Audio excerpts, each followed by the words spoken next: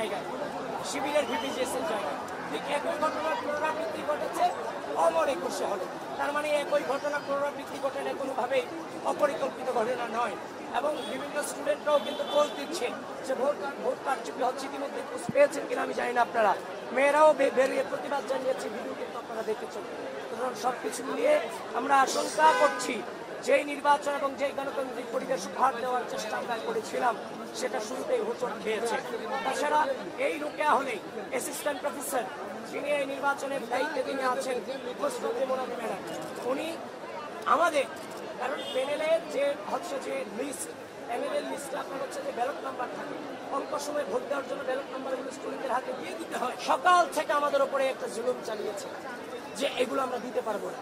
পরবর্তীতে মোনামি ম্যাডাম এখানে যিনি ছিলেন, উনি 100 গজ দূরত্ব থেকেও আমরা আমাদের মেয়েরা যখন এগুলো প্রচার করছিল, আমাদের পাঠকক্ষ বিষয়ক সম্পাদক যে তার নাকি বিশ্ববিদ্যালয়ের তিনি কিভাবে পড়ে, তার ছাত্রত্ব কিভাবে থাকে, তিনি নাকি ওই স্টুডেন্টকে দেখে নেবেন।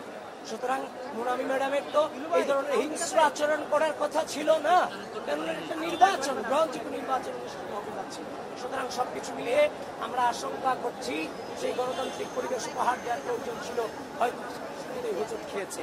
সুতরাং আপনাদেরকে আহ্বান করছি, আপনারা আরো বেশি সচেতনতা অবলম্বন করেন।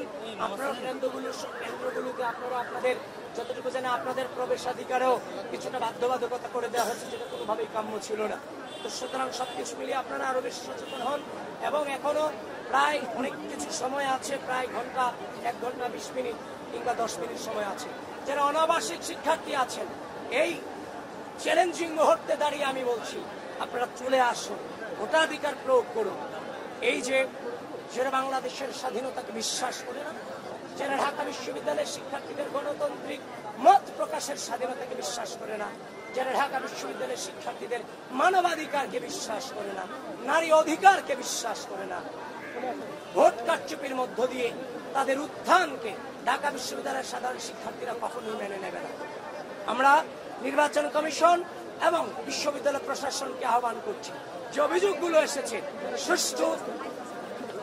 সুষ্ঠুভাবে সেগুলো আপনারা সুরাহা করুন খুব দ্রুত। এবং এখনো পর্যন্ত আপনাদের আহ্বান করছি